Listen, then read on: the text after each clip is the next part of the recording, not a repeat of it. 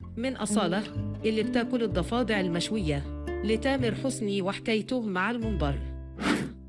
تعالوا أعرفكم الأكلات المفضلة لأشهر الفنانين ويشوفوا ذوقهم في الأكل. لا سلطات ايه دول؟ مش بتوع سلطات.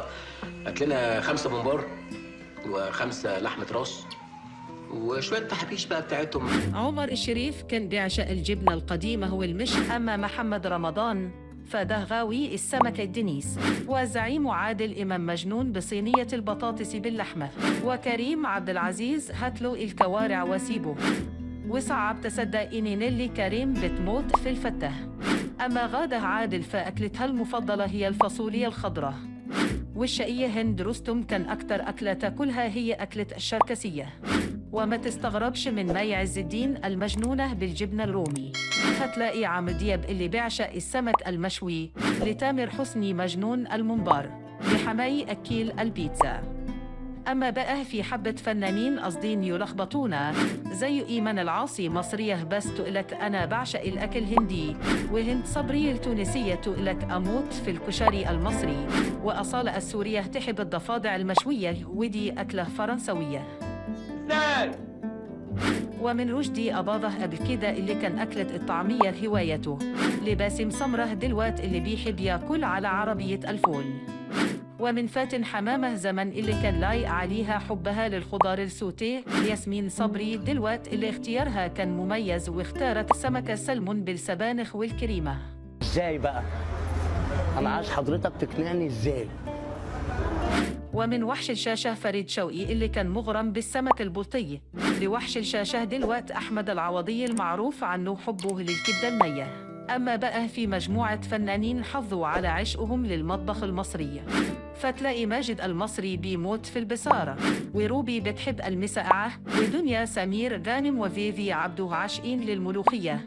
وأحمد السقا ومنى زكي حط لهم محشي ورق عنب هيفرحوا قوي. أما بقى يحيى الفخراني اللي خلانا كلنا نعيط وهو بياكل بليلة في حمادة عزه فهو في الحقيقة بيعشق المكرونة. وموافقوا في الرأي هنا الزاهد وسمية الخشاب المجانين بالمكرونة البشاميل.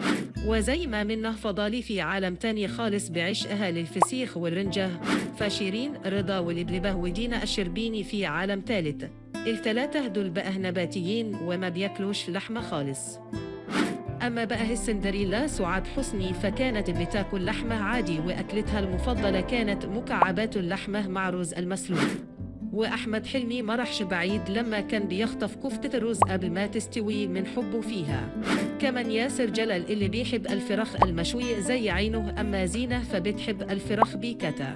أما بقى كاظم الساهر وحورية الفرغلي فدول السوشي خاطف قلبهم. عكس يوسف الشريف اللي مزاجه مصري جدا وبيعشق البسلة. وعلا غانم اللي تعتبر أستاذة في أكل العكاوي. أما بقى ميكي فطبقه المفضل هو العسل الأسود بالطحينة. وشريف منير حريف كبدة اسكندراني. ويسرى بتعشق الحمم زيها زي فاروق الفيشاوي ربنا يرحمه. أما بقى محمود المليجي فكان حكايته حكاية مع الجمبري. وخالد صالح كان عنده حكاية برضو مع سمك المكرونة. أما ليلى علوي بقى فدي اعزمها على شاورما وانت مطمن.